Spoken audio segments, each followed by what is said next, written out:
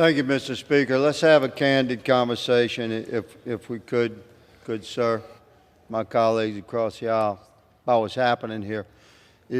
Congress, America, we need to clarify for the citizens watching, Mr. Speaker, Congress has a unique authority and therefore responsibility for our nation's capital as opposed to other municipalities across the country.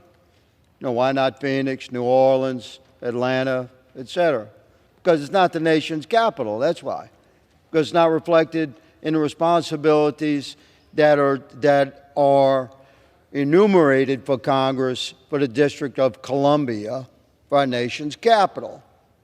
So with the pendulous swing of majority control that we observe in our nation, from Democrat majority to Republican majority, my Democrat colleagues feel responsible to make changes when they have the majority, as do we.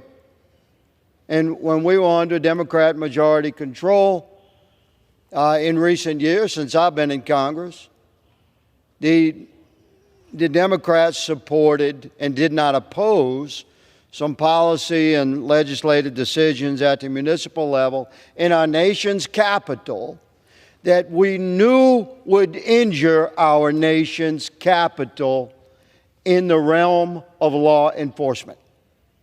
So that's where we are. If Republicans have majority control in the House, the Senate, the White House, so of course we're going to respond to the threat that we face within our nation's capital towards law enforcement. And this is how simple this bill is. This is my bill. It requires the District of Columbia to comply with federal immigration law. What's wrong with that, Mr. Speaker? My colleague says, he stated 2 or 3 times in his opening statement, that the District of Columbia does not obstruct federal law enforcement. That's not true. You have to read between the lines, America. When he says they do not obstruct, he means they don't, physically stop ICE from executing a warrant.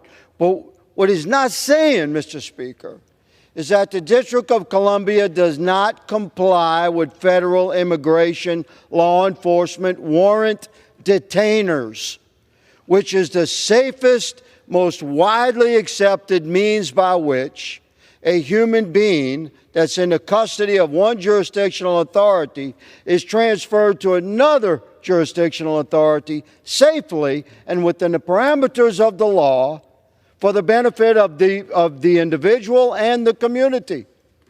D.C. doesn't do that for federal immigration detainers.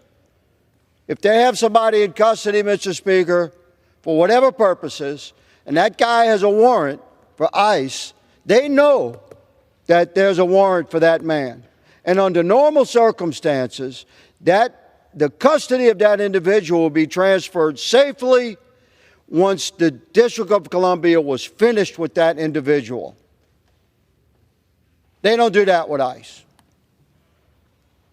They subject their communities to dangerous circumstances and law enforcement to absolutely unnecessary danger. So my bill just mandates that the District of Columbia, the one city that Congress has authority and therefore responsibility to be involved with things like this, and we shouldn't have to have this law. Why? Because the District of Columbia should be following the federal law in the first place. We shouldn't have to bring this to the floor. We shouldn't have to engage in this debate. I shouldn't have to explain these things. But we are going to, by God, require that our nation's capital comply with our nation's federal law. So I encourage my colleagues to take a deep breath and step back and say, yes, our nation's capital will be subject to the very laws that this body passes.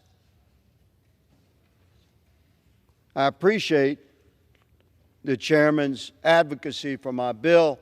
I encourage my colleagues to support it, and I yield the balance of my time, Mr. Speaker.